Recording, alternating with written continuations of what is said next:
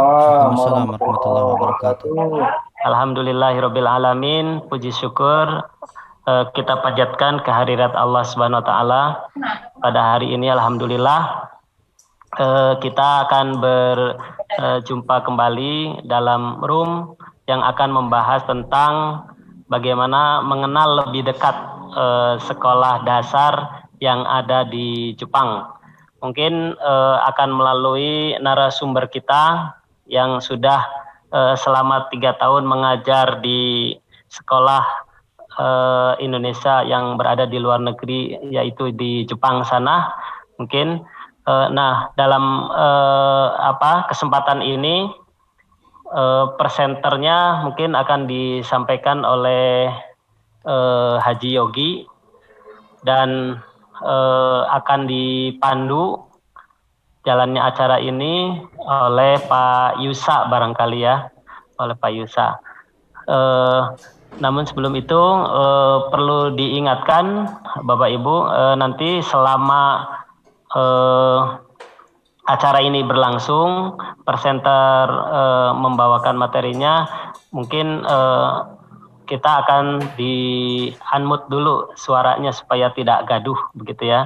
Dan nanti mungkin langsung saja, saya tidak banyak menyita waktu. Jalannya acara ini mungkin akan dipandu langsung atau rancang langsung oleh Pak Yusa sebagai moderator. Silakan Pak Yusa barangkali. Ya, terima kasih Pak Suherman sebagai host yang tadi sedikit sudah disinggung tentang materi sekarang ya. Kita mulai saja. Bismillahirrahmanirrahim. Assalamualaikum warahmatullahi wabarakatuh. Waalaikumsalam warahmatullahi wabarakatuh. Bapak Ibu Ananda yang hebat semuanya, selamat pagi, selamat bergabung di room ini. Pada hari ini, dalam kesempatan ini kita akan mengambil tema mengenal lebih dekat SD atau sekolah dasar yang ada di Jepang. Nah, ini pembicaranya ini bukan abal-abal gitu kan ya. Beliau ini sudah merasakan gitu kan. Selama 3 tahun di Jepang, dia sudah merasakan seperti apa sih gitu kan ya di Jepang itu gitu kan. Jadi memang ini sudah jadi secara langsung gitu kan, secara langsung melihat, merasakan gitu kan keadaan sekolah dasar itu yang ada di Jepang seperti apa gitu kan. Jadi tidak membayangkan, tidak hanya membaca, tidak melihat di video saja gitu kan, tapi beliau Pak Yogi ini sudah merasakan di Jepang seperti apa. Nah, pengalaman beliau itu nanti akan disampaikan gitu kan, akan dipaparkan kepada kita nih di Jepang seperti itu. Nah, seperti itu ya mungkin ya untuk hari ini gitu kan. Terus mudah-mudahan dalam room ini semuanya dalam keadaan sehat walafiat ya, walaupun di sini baru ada 3 orang peserta ya, 6 orang dengan kami. Mudah-mudahan nanti sambil berjalan peserta di room ini akan bertambah terus gitu kan, karena sangat menarik gitu kan, materinya sangat menarik sekali. Nah, selanjutnya ini supaya tidak terlalu, karena waktu pun sudah lebih gitu kan ya dari waktu yang diagendakan. Saya persilakan saja untuk Pak Haji Yogi untuk menyampaikan materinya nih tentang sekolah dasar di Jepang itu seperti apa gitu kan. Silakan Pak Haji Yogi, di studio berapa ini? Studio 3 ya? Silakan. Studio berapa ini?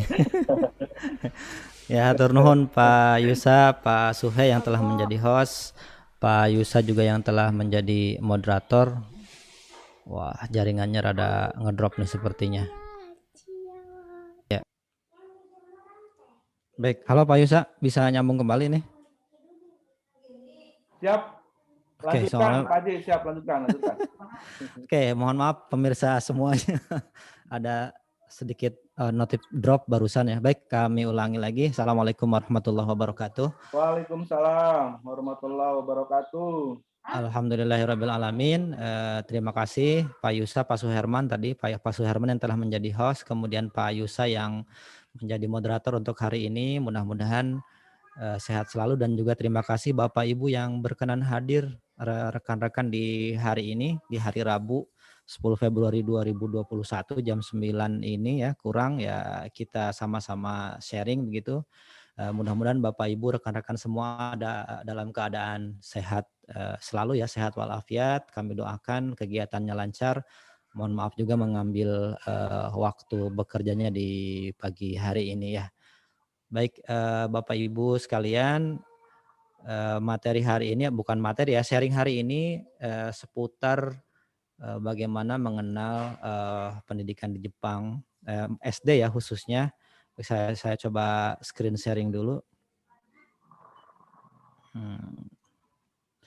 Screen share-nya saya bentuk PDF aja. Barusan ada sedikit trouble di ininya di PowerPoint-nya. Nah, ini mudah-mudahan bisa dilihat ya. Ya, untuk screen sharing kita hari ini. Nanti PDF-nya insya Allah disebarkan lewat grup, kemudian juga dipublish juga di YouTube ya, seperti biasanya di YouTube HD TV. Baik, ya kita lanjutkan. Kali ini kita akan membahas atau sharing mengenai SD Jepang ya. Kenapa dengan SD Jepang? Selama saya bertugas di Jepang, ada satu hal yang menarik sebenarnya yang kita bisa lihat di SD atau pendidikan dasar Jepang ini ya. Kalau misalkan sebagian orang tertuju pada universitasnya, pada berburu beasiswa ke sana, entah yang dengan LPDP atau dengan Monbusho atau dengan yang lainnya.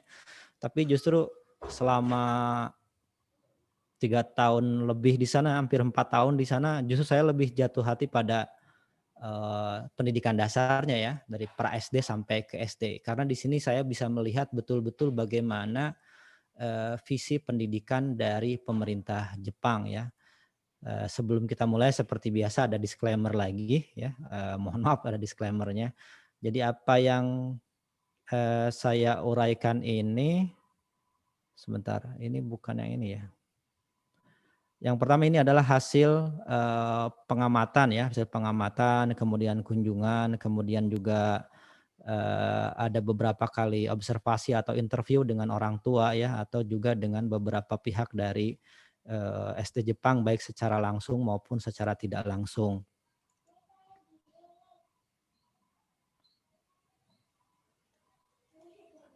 Sebentar. Kemudian di maksud sharing hari ini, jadi mohon maaf sekali ya, saya tidak bermaksud untuk menggurui gitu ya, untuk kemudian membuat takjub atau apa begitu. Cuman ini hanya karena saya pribadi secara keinginan bahwa saya ingin sekali share begini loh begitu ya. Ada beberapa hal yang terkadang di pendidikan dasar kita yang harusnya mungkin seperti ini. Kemudian ya ini uraian bagi kita sebagai pendidik secara umum ya, atau para pegiat pendidikan dasar di Indonesia, atau itu entah itu pendidikan anak usia dini atau SD begitu ya. Bagi orang tua ya, kita sebagai orang tua yang punya anak ya, entah itu anak yang masih kecil, masih SD, TK atau yang sudah besar pun, atau bagi teman-teman yang akan berencana untuk tinggal di Jepang. Jadi saya sebenarnya ini yang lebih jadi poin saya untuk menyampaikan, jadi tidak ada maksud lain. Kemudian yang kedua tadi ya, ini hasil interview, kunjungan, pengamatan dari beberapa kali kunjungan dan interview, dan juga wawancara dengan orang tua, dengan siswa juga ya. Kemudian yang berikutnya adalah diharapkan setelah sharing ini ya, kita bisa ada nilai yang bisa diterapkan ya. Jadi bukan hanya sekedar oh gitu ya, gitu. Oh bagus ya begitu ya. Tapi apa sih yang bisa kita ambil, bisa kita terapkan, minimal berapa nilai, satu aja begitu ya, yang bisa kita terapkan bahkan di rumah sekalipun, ini saya pikir bisa begitu ya. Kemudian yang terakhir sebagai disclaimer adalah ini tidak bermaksud memwowkan gitu ya. Oh Jepang tuh luar biasa begitu ya, sistem pendidikannya, sekolahnya ataupun apanya. Tapi ini sebagai salah satu kita belajar sharing, kalau ada yang positif bisa kita ambil, kenapa tidak untuk diterapkan. Sisi pendidikan kita juga terus terang ya banyak tentu saja kelebihannya, guru-guru kita, siswa kita atau sekolah kita juga banyak kelebihannya. Hanya kalau di sekolah Jepang ya mungkin ini kekhasan yang sedikitnya bisa kita ambil begitu ya. Nah, ini beberapa disclaimer. Kemudian lanjut berikutnya, nanti kalau waktunya habis Pak Yusa tinggal dipotong saja ya, saya sampai berhenti slide mana gitu, beres gitu insyaallah. Kemudian, berikutnya, nah yang pertama mungkin secara umum ya, kalender akademik di Jepang ya. Kalender akademik di Jepang, dia agak berbeda dengan mungkin juga semua orang sudah tahu ya, atau Bapak Ibu di sini juga sudah tahu bahwa di Jepang dia sistemnya trimester kemudian dimulai pada April. Kalau pada pendidikan umumnya seperti Indonesia itu dimulai Juli ya. Kalau di Jepang itu dimulai di bulan April, jadi di bulan 4 ya. Salah satu alasannya katanya adalah bahwa bulan 4, bulan 3 itu kan mulainya saat musim semi ya.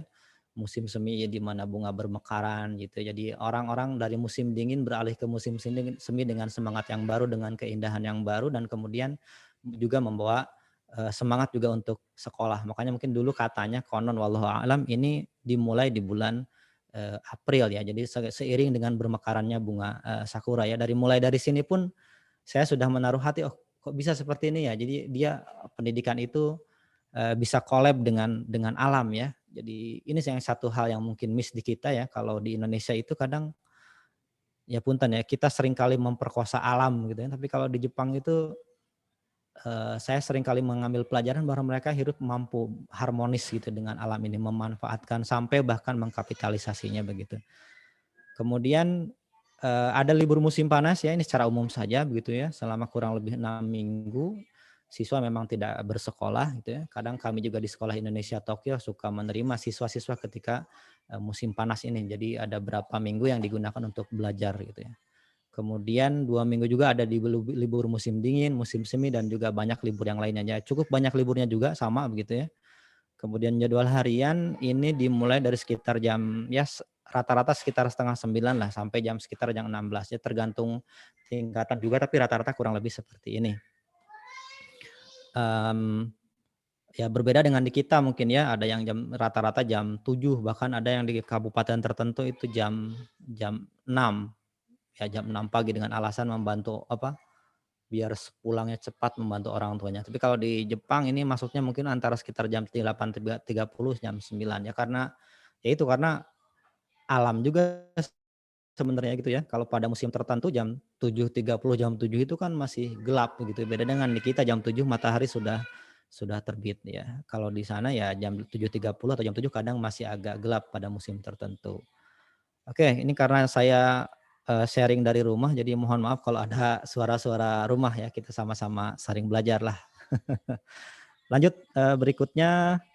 Nah, yang pertama yang saya sampaikan walaupun bahasan kita SD ke pra SD ya. Jadi ada kekhasan salah satunya kita bahas sedikit tentang pra SD. Di sini sebelum SD ada 3 jenis pendidikan yang bisa dipilih oleh orang tua ya. Ada Kodomoeng, ada Hoikueng, ada Youchieng gitu. Jadi masing-masing punya karakternya sendiri dan kemudian ada kekhususannya begitu. Usianya ini sebelum SD ya. Ada yang dari mulai 1 tahun, ada yang juga mulai dari 3 tahun. Tapi rata-rata sampai 5 tahun, pokoknya menjelang SD begitu. Kemudian di tahap pra SD ini dia lebih menekankan sebenarnya lebih ke bermain begitu ya. Kalau di kita mungkin seperti halnya kober begitu. Kemudian ada seninya juga, dan yang penting juga di sini diajarkan tata krama ya, rules itu di rumah, di masyarakat, bagaimana cara dia berinteraksi dengan masyarakat. Nah, ini yang kemudian mulai ditanamkan. Kalau kita lihat di sini misalkan di tayangan saya, anak-anak ya seperti biasa ada bermain, kemudian mereka juga dikenalkan dengan lingkungannya gitu ya. Ada yang diajak jalan, kadang-kadang kalau anak kecil-kecil itu ada yang juga dimasukkan di dorongan seperti ini ya. Jadi kayak mohon maaf, jadi kayak gerobak kalau di Indonesia aja. Memang begitu ya, kalau anak yang kecil-kecil kadang ada yang dinaikin di sini sama senseinya atau sama pendampingnya. Jadi dia diajarkan dari mulai cara menyeberang, cara membuang sampah, cara menyapa masyarakat, berinteraksi, gitu, membaca lampu lalu lintas, begitu. Nah, cara nengok kiri kanannya seperti apa. Nah, ini diajarkan dari mulai eh, pra SD ini ya di Hoi Kueng, Kodomoeng atau Youchieng. Nah, jadi lebih ke arah memang betul-betul pembiasaan. Kemudian, nah khusus untuk Youchieng dia memang ada persiapan untuk masuk SD ya, berbeda dengan di Kodomoeng atau di Hoi Kueng. Di Youchieng ini ada baca tulis dan berhitung, jadi memang disiapkan untuk ketika mulai SD kelas 1 ya. Atau yang Ichinensai itu yang kecil-kecil yang bertopi kuning. Oke, ini untuk pra SD secara umum seperti itu saja. Kemudian kita masuk ke sekolah dasar.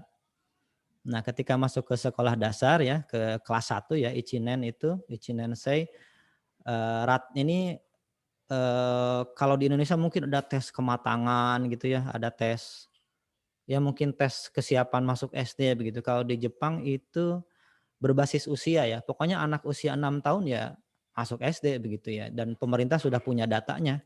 Di RW ini, RT ini misalkan ya, udah punya anak ini sudah harus masuk SD, sudah punya datanya. Sebelumnya akan disurati oleh semacam kantor kota ya, Kuyakuso, disurati bahwa anak Anda sudah siap-siap harus masuk SD begitu. Datanya sudah ada, sudah lengkap.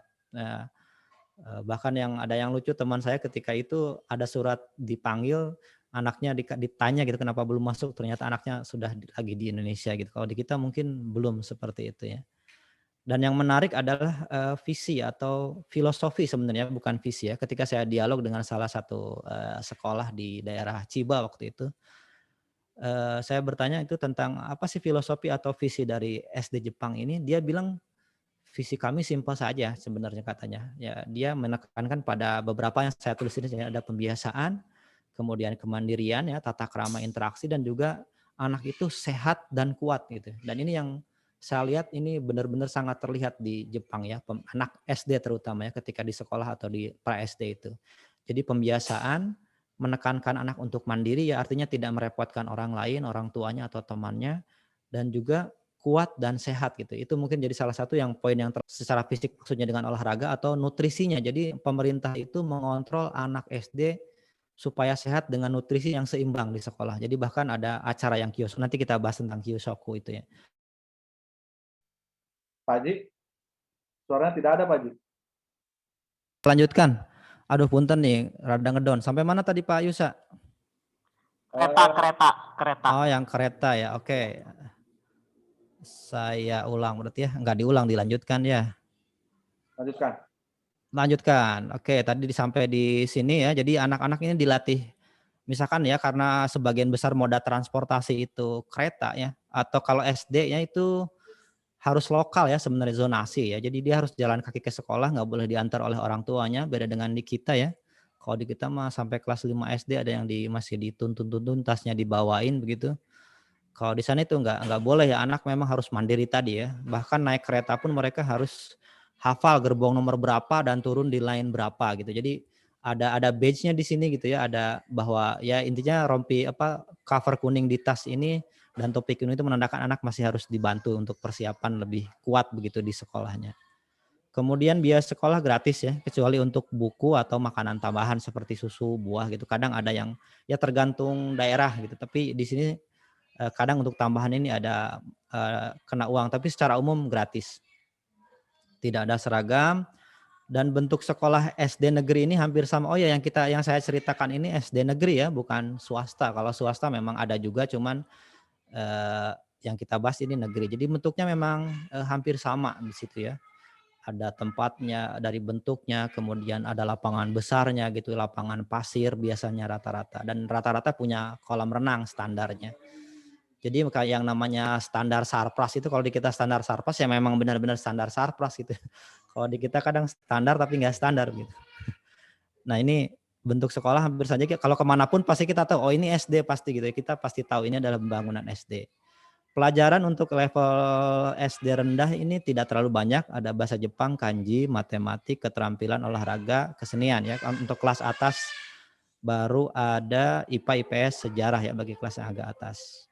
Ada juga kelas ABK ya, anak berkebutuhan khusus. Ada kelas khusus dan juga senseinya khusus. Oke. lanjut. Nah, ada beberapa kekhasan. Nah, ini yang ingin saya sampaikan. Mungkin ini yang menjadi hal yang unik ya, unik tradisi tapi juga dia maknanya dan penerapannya sangat dalam kalau menurut saya. Jadi ini beberapa hal, mungkin ada juga banyak yang lainnya, cuman yang saya cantumkan untuk saat ini saja dulu.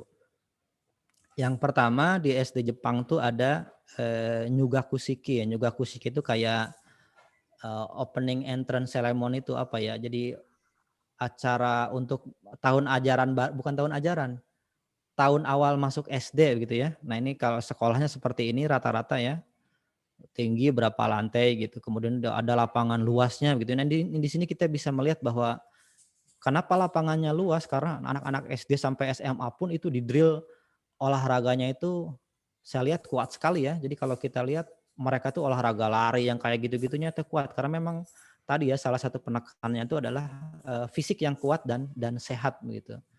Jadi SD itu ada lapangan luas, ada trek larinya, ada kolam renangnya seperti ini. Ada Nyugakushiki ya, ada Randoseru ya. Randoseru itu apa? Randoseru ya seperti ini ya, ada tas untuk anak SD ya, anak SD kelas 1 sampai kelas 6. Ini yang warna merah atau pink ini untuk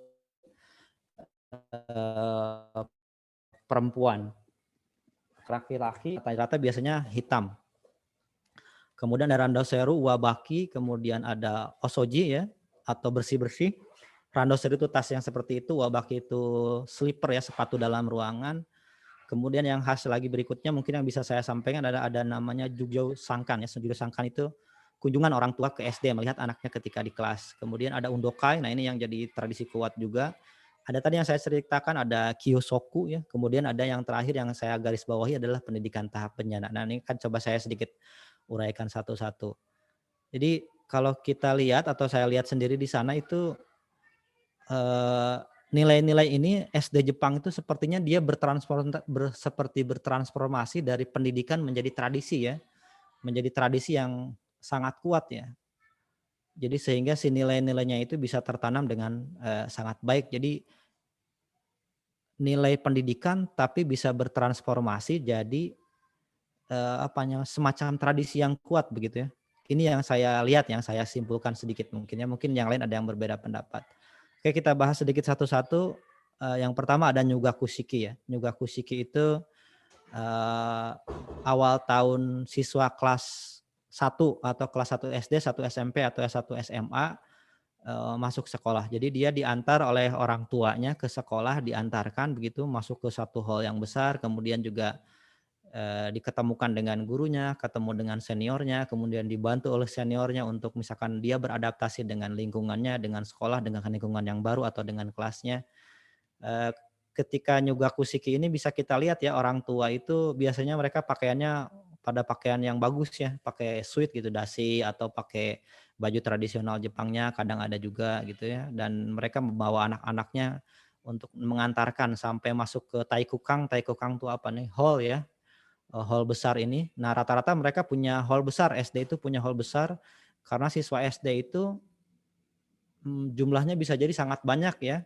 Jadi satu kelas itu bisa lebih dari 30 atau bahkan sampai 40 orang, dan satu SD itu bisa ratusan siswanya, bisa 300, 400 gitu. Jadi dia butuh hall ya, yang besar, dan dia ini tempat olahraga juga, tempat meeting juga, tempat ketemu acara-acara seperti ini. Dan orang tua juga masuk ke kelas gitu ya, untuk anak-anak itu berkenalan dengan senseinya ya. Ini masih topi kuning yang Ichinen ya, kelas 1 berarti.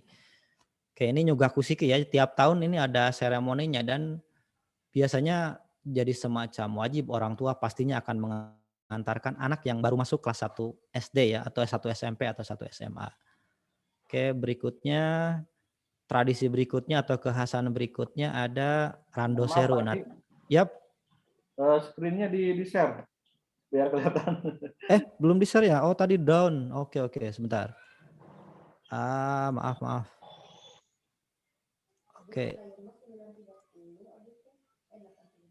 Oke, udah ya, di-share lagi. Ya, sip. Oke, tadi ada Nyugakushiki yang saya ceritakan ya. Ini Nyugakushiki awal tahun siswa masuk SD baru. Kemudian yang berikutnya ini ada Randoseru ya. tas yang khas nih. Jadi kalau bisa dibilang legend banget, semua anak Jepang biasanya punya ya, dan kalau dirupiahkan eh, cukup mahal sebenarnya karena tasnya itu kuat ya. Jadi dia tas yang didesain asalnya katanya dari tentara justru ini ya, tapi dia diterapkan ke anak SD walau alam. Cuman anak-anak Jepang pastinya menggunakan ini secara umum ya, yang negeri kelas 1 sampai kelas 6. Jadi katanya dia didesain dengan baik, menampung banyak, kemudian kuat juga, dan dia jadi kayak promosi ini ya, apa sesuai dengan kontur tulang belakang anak kecil gitu ya. Jadi katanya bisa sekalian support tulang punggung juga begitu ya. Nah, ya untuk urusan rancang-rancangan ya bisa kita ini ya, Jepang ya bisa dikatakan juara lah begitu ya. Kemudian ada juga yang khas itu apa ya, uwabaki ini ya. Uwabaki ini jadi ada ketika mereka dari luar masuk ke dalam ruangan itu diganti sepatunya di locker room di depan itu, ganti sepatu, ganti dengan sepatu dalam ruangan. Lagi-lagi ini ada maksudnya ya, kalau tadi randoseru misalkan katanya untuk ada sesuai dengan tulang belakang apa gitu ya, yang nah yang sleeper ini lebih ke arah ini sebenarnya apa, terkait juga dengan pemeliharaan sekolah begitu ya. Jadi supaya sekolah itu lebih awet begitu ya, ruangannya lebih salah satunya ya ruangannya lebih apa, awet karena lantai-lantai di Jepang itu rata-rata menggunakan semacam bukan lantai keras, kalau di kita kan tegel ya, keramik gitu. Kalau di sana rata-rata dia menggunakan kayak mat gitu ya, kayak mat itu apa, foam yang agak empuk begitu. Jadi rata-rata gitu. Jadi kalau ada siswa yang jatuh atau apa tuh aman lah begitu. Dan itu tapi supaya aman dan juga tidak cepat rusak ya salah satunya konon katanya menggunakan uwabaki ini. Jadi kalau kita lihat di film Doraemon ya, Nobita ya pakai sepatu kayak begini, pakai uwabaki ini. Kemudian berikutnya adalah Osoji. Osoji ya program piket lah kalau di kita ya. Di kita juga suka ada ya piket. Jadi anak-anak itu dijadwal, dibagi piket, kemudian tempatnya juga dibagi-bagi gitu. Ada yang di bagian di toilet begitu ya, di ruangan kelas, di taikukang atau di sport hall, di lorong di mana tiap bulan atau tiap minggu mereka punya jadwal seperti ini, sehingga kalau kita lihat di Jepang itu tidak ada, rata-rata tidak ada OB ya, tidak ada OB yang apa suka bersih-bersih gitu ya. Nah, karena anak-anak yang melakukan ini. Jadi mereka bawa sendiri lapnya dari rumah, kemudian setelah dicuci di samping kelasnya itu dikeringkan gitu, nanti osoji lagi dan seterusnya. Sampai satu saatnya harus diganti. Ini program osoji atau bersih-bersih ya. Kalau di SD Jepang sebenarnya bangunannya juga tua-tua ya, bangunan dari tahun 70, tahun 60, tapi masih terawat dengan sangat baik gitu ya. Ini yang juga bisa kita ambil pelajaran bahwa dalam bidang perawatan ini kita bisa belajar pada Jepang ya. Mereka punya budaya memelihara yang sangat kuat begitu ya. Lanjut berikutnya ada Jugyo Sankan tadi ya. Jadi setiap semester itu ada jadwalnya orang tua bisa berkunjung ke sekolah.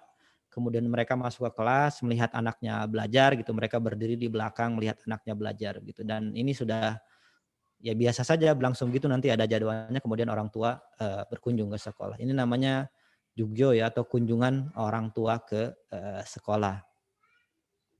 Setelah itu apa nih berikutnya bisa kita lihat adalah undokai. Nah, undokai kalau di kita apa ya, semacam porseni ya, semacam porseni mungkin. Jadi di sini anak-anak berlomba, biasanya dibagi tim merah, tim putih gitu. Kemudian dia bekerja sama dalam kelompok kecil atau kelompok besar menyelesaikan tugas-tugas tertentu ya, games atau permainan, ada seperti lari, lempar bola seperti ini, kemudian ada senam, ada macam-macam lah, termasuk seninya juga ada pentas begitu.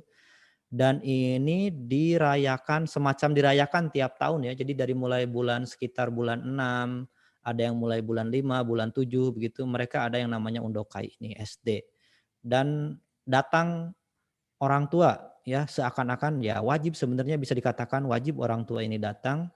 Kadang bahkan ada yang kakek neneknya juga ikut datang ya, kakaknya, kakeknya, neneknya. Kalau di kita iklan mobil yang kayak begitu, Kalau di sana mungkin ketika undoka ini ada yang sampai keluarganya datang dan ketika istirahat mereka biasanya kadang makan gitu ya, ngampar, botram lah kalau kata orang Majalengka mah gitu.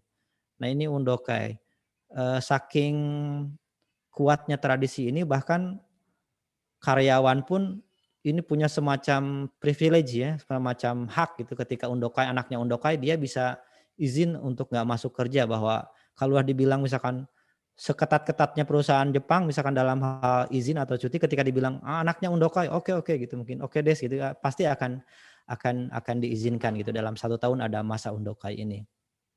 Dan ini semuanya ditonton oleh orang tua kemudian juga melibatkan anak kelas 1 sampai kelas 6 dan kerjasama di antara semua tingkat ini, dari mulai menyiapkan acaranya, menyiapkan perangkatnya, bawa-bawa kursi penonton gitu kalau karena biasanya di pinggirnya ada kursi penonton, nonton di situ, kakak-kakak kelas sama anak-anaknya juga sama orang tua dan lainnya.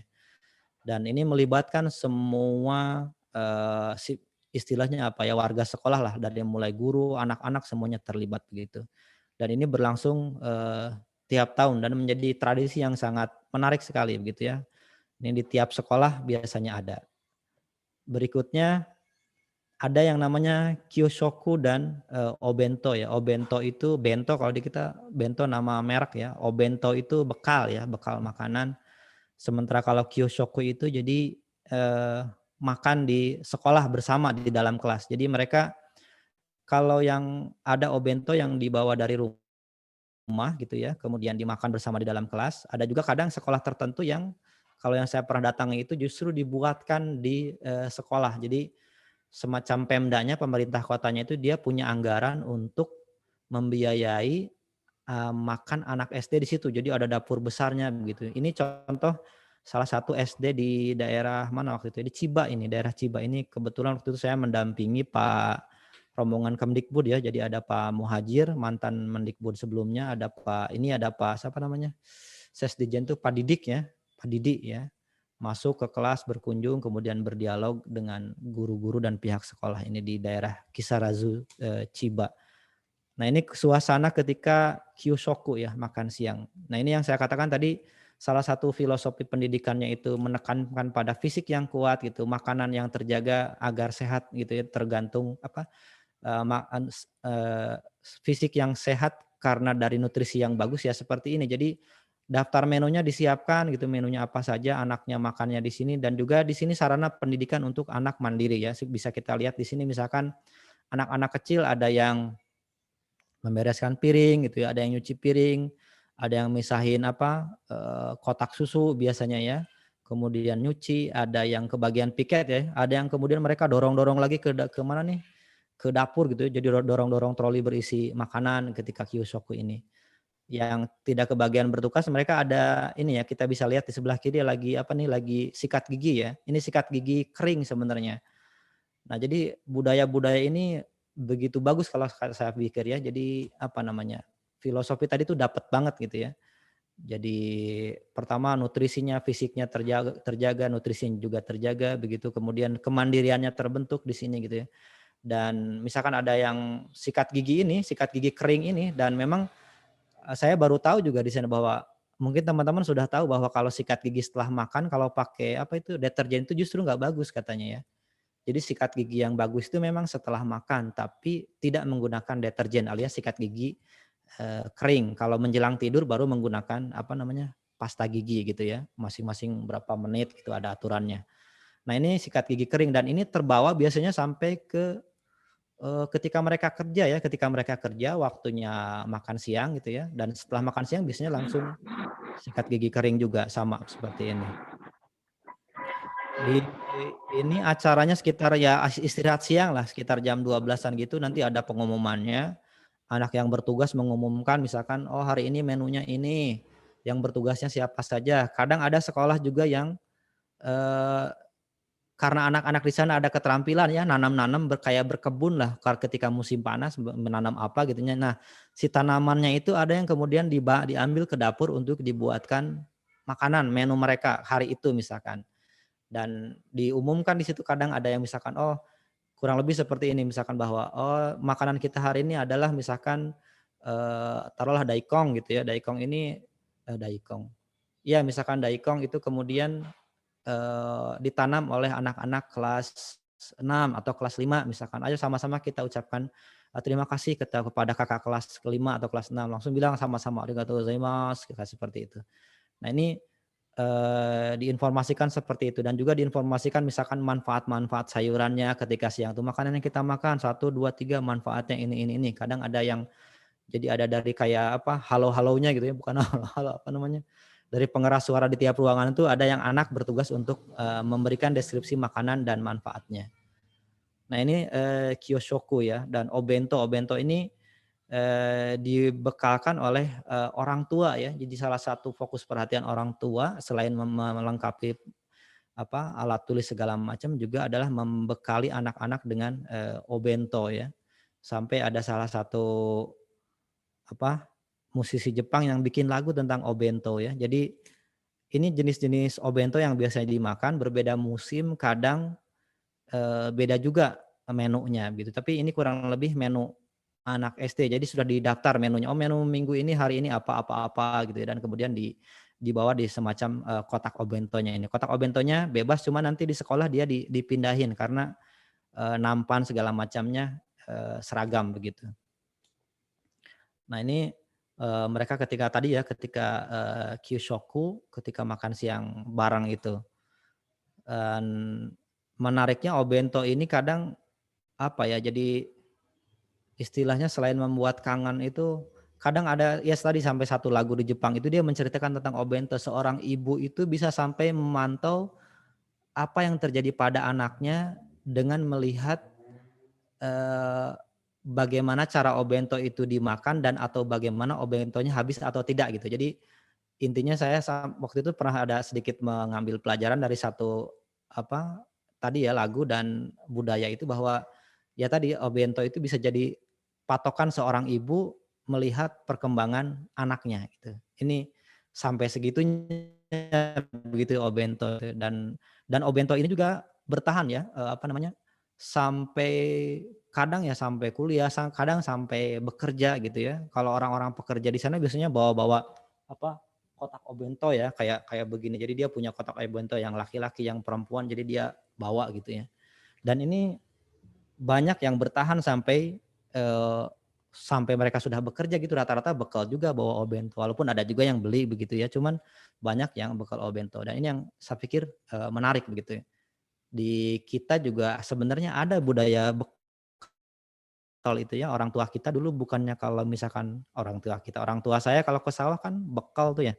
Tapi kenapa ketika ke sekolah itu jadi nggak bekal gitu, kadang jadi pertanyaan saya. Jadi ya di kita mah mengandalkan kantin ya. Jadi ada kantin sekolah, anak-anak diajarkan untuk jajan misalkan.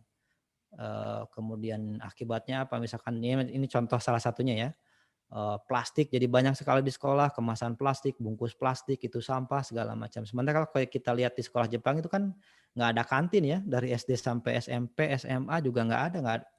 Sebagian besar nggak ada kantin ya. Jadi aneh kalau ada kantin di sekolah itu. Kalau sementara kalau di kita mah ya di kantin di sekolah pastinya ada begitu ya, bahkan ada lagunya. Tapi budaya obento ini ya seperti tadi sampai ya efeknya banyak begitu ya. Oke, lanjut setelah Kyushoku dan obento ini ada, nah ini mungkin yang eh, khas adalah pendidikan tanggap bencana ya. Kalau sekarang di wilayah Majalengka sedang terjadi bencana banjir, ini kan juga bisa jadi tahunan begitu ya. Nah kalau Jepang juga terkenal negara yang eh, rawan gempa ya. Jadi setiap bulan itu pasti ada gempa, entah dengan skala berapa Richter, yang kecil, yang besar pasti ada. Dan itu memang diajarkan di sekolah ada bagaimana ketika gempa itu berlangsung harus seperti apa, dan itu diulang setiap tahun begitu. Nah ini contoh di sekolah kami waktu itu, jadi anak-anak diajarkan bagaimana menangani gempa atau ketika berinteraksi dengan gempa. Ini ada orang dari biasanya orang dari kepolisian dan juga orang dari pemadam kebakaran atau dari pemerintah kota terkait akan datang ke sekolah untuk meminta izin tentang pendidikan tanggap bencana ini atau bosai begitu ya. Dari mulai ketika ditayangkan video misalkan ketika terjadi gempa itu harus seperti apa misalkan, kemudian kalau di lantai atas seperti apa, kalau di bawah seperti apa gitu. Karena kan sebagian besar rumah di Jepang itu bertingkat ya. Jadi nggak kayak kita. Kalau kita mungkin rumahnya masih agak luas-luas, kalau ada gempa keluar atau seperti apa. Nah kalau di sana kan bertingkat, mereka ini ya. Kemudian anak-anak diajak ke koeng biasanya atau ke taman ya. Kalau di sekolah kami ada koeng, bukan di sekolah, di luar sekolah itu ada koeng atau taman gitu ya. Di setiap kota atau di setiap RT RW lah pasti ada tamannya, dan di situ mereka bawa semacam mobil untuk simulator gempa ya. Jadi anak-anak diajarkan untuk bagaimana merasakan dan menghadapi gempa. Saya coba putarkan ya. Ini contoh. Kayak ini pelatihan gempa ya. Jadi anak-anak ini dimasukkan ke mobil, kemudian di situ disimulasikan gempa dari mulai 4, 5, 6 gitu. Bahkan anak-anak yang agak gedenya kadang suka minta 7 gitu. Pengen gempa dengan skala yang merasakan gempa besar begitu, dan ini ada ya biasanya tiap tahun gitu. Ada petugasnya 100% free begitu ya, 100%. Oh ini beberapa contoh saja mungkin saya cepatkan juga, contoh ijazah, raport, dan Renrakucor. Renrakucor tuh kayak buku apa ya, buku komunikasi ya, buku penghubung antara orang tua dengan anak, orang tua dengan anak, antara sekolah, orang tua dan anak begitu. Ini yang sebelah kiri ini ijazah ya. Ijazahnya cuman gini aja, nggak ada nilai, nggak ada apa-apa gitu ya, hanya ijazah menerangkan bahwa dia lulus kurang lebih dari sekolah SD ini gitu. Yang sebelah kanannya ada rapot ya, dan rapot juga kualitatif ya, seperti kalau kita mungkin kayak nggak ada nilainya, nggak ada, cuman sudah cukup, sangat baik yang kayak gitu-gitulah. Yang atas kanan ini Renrakucor tadi, buku penghubung atau buku komunikasi orang tua dengan sekolah ya, yang dibawa oleh anak. Jadi kalau ada apa-apa orang tua atau sekolah jadi tinggal tulis aja di sini. Di samping ada komunikasi telepon dan lain sebagainya. Berikutnya lagi masih ada, oh ini musim panas ya. Kalau libur musim panas waktunya lama, tapi jangan dianggap bahwa libur musim panas itu santai-santai. Justru kebanyakan anak-anak Jepang itu atau anak-anak yang bersekolah di Jepang ketika musim panas, aduh musim panas libur asik juga, tapi ada enggaknya juga, karena biasanya ada tugas yang sudah menanti cukup banyak ya. Jadi dia kayak mengerjakan modul atau tugas dari senseinya atau gurunya, kemudian ketika selesai nanti disetorkan. Jadi tugas libur musim panas kurang lebih seperti ini. Kemudian ya oke, tadi saya sudah bercerita banyak tentang hal-hal yang dikira menarik ya, khas, tradisinya begitu kuat dan bisa jadi manfaatnya banyak. Nah ini ada beberapa catatan, mungkin kalau kata-katanya no mungkin bisa dikatakan terlalu kasar, tapi bukan no sebenarnya apa ya, saya ingin mengatakan semacam catatan lah begitu ya, karena masing-masing di sini mungkin ada pro dan kontranya tentang pendidikan atau sekolah SD di Jepang. Nah, menurut beberapa penamat menilai, katanya pendidikan Jepang ini konvensional ya, karena memang dari dulu sampai sekarang pendidikan SD Jepang ya begitu-begitu aja katanya begitu ya. Tapi saya pikir itu juga menjadi satu berubah tadi, dia bisa bertransformasi dari sistem pendidikan menjadi tradisi yang sangat kuat, ini yang luar biasa. Beda dengan kita mungkin ya, tiap 5 tahun ganti lagi kurikulum, nanti berapa tahun lagi ganti lagi, disempurnakan lagi apa gitu ya. Nah kalau di sana SD dari dulu sampai sekarang ya kurang lebih seperti itu begitu ya secara umumnya. Kemudian bahkan ada yang sempat bercerita ke saya kayak semacam lagu yang dulu diajarkan oleh gurunya ke dia tuh ternyata ada lagi diajarkan ke anaknya. Jadi terus seperti itu, tapi memang tidak menjadi masalah, rupanya biasa-biasa aja begitu ya. Kemudian di pendidikan Jepang itu SD ya tanpa agama ya. Kalau kita mengenal Jepang itu negara yang beragama Shinto atau Buddha misalkan ya, tapi pada kenyataannya bisa dikatakan hampir, mungkin ini berbeda pendapat setiap orang ya, bisa dikatakan hampir nggak ada agama. Jadi Jepang tuh konon katanya dilahirkan sebagai Shinto begitu ya, kemudian hidup tanpa agama, dan ketika meninggal sebagai Buddha ya karena dikremasi begitu. Nah ini ketika di sekolah pun nilai-nilai agama beda dengan kita ya. Kalau di kita, nah ini yang satu hal yang luar biasa kan, pendidikan agama itu kuat gitu ya, pendidikan akidah kalau Islam gitu ya, segala macam. Dan mereka kadang menganggap ritual agama tertentu itu kayak aksesoris aja gitu, tidak berkaitan dengan akidah atau apa-apa. Nah ini faktor yang jadi catatan. Berikutnya pentingnya celah senpai dengan kohai yang bisa saya sedikit simpulkan. Jadi antara junior ya, kohai dengan senpai atau seniornya itu ini satu warisan yang senantiasa ada gitu ya, dari sekolah sampai ke dunia kerja sekalipun gitu ya. Dan ini kadang menjadi satu hal yang menjadi beban tersendiri ya bagi orang-orang di Jepang, beda dengan di Indonesia gitu ya. Relatif egaliter lah mungkin ya. Kalau di Jepang senpai kohai ini begitu kuat dari mulai sekolah sampai ke mereka sudah bekerja. Kemudian ya banyak yang menilai juga bullyingnya cukup tinggi begitu ya dari siswa-siswa yang kelas atasnya ataupun siswa yang lebih kuat begitu. Di kita mungkin ada juga cuman mungkin tidak sebanyak yang terjadi di Jepang begitu. Kemudian sisi hal lain yang kadang-kala walaupun ini bukan SD langsung ya, tapi orang tua ya, faktor orang tua. Jadi anaknya membebani anaknya dengan tambahan pendidikan berlebihan ya. Jadi makanya ya salah satu sifat orang Jepang itu kan gigih ya, ganbatte gitu. Gimana ya? Gigih itu ya pantang menyerah begitu ya kurang lebih, dia dan juga memiliki rasa malu yang tinggi begitu. Jadi akan malu kalau anaknya tuh tanda kutip lah biasa-biasa aja. Makanya orang tua kadang ada yang membebani anaknya dengan les ya atau juku. Juku itu kayak apa ya, kayak kursus lah begitu ya kurang lebih. Kumon, les matematik, olahraga, musik segala macam. Jadi si jadwal anak-anak tuh dari pagi sampai malam tuh penuh atau bahkan sangat penuh begitu. Beda dengan di kita gitu ya, anak-anak ada nongkrong di gerang, main gitar di warung gitu ya. Nah ini kalau kalau kita ke sana mungkin tidak akan sulit lah menemukan hal seperti itu. Nah ini beberapa hal yang bisa dikatakan catatan ya dari pendidikan Jepang. Oke, secara umum sampai sini ada tanda ini berarti saya harus stop streaming dulu karena saya akan menampilkan satu video yang tadi ya dan ini di disclaimer-nya dia itu nggak boleh dipublish ke internet. Baik, secara umum mungkin itu yang bisa saya sampaikan sampai slide ini. Selanjutnya akan saya off-kan streaming dulu ya.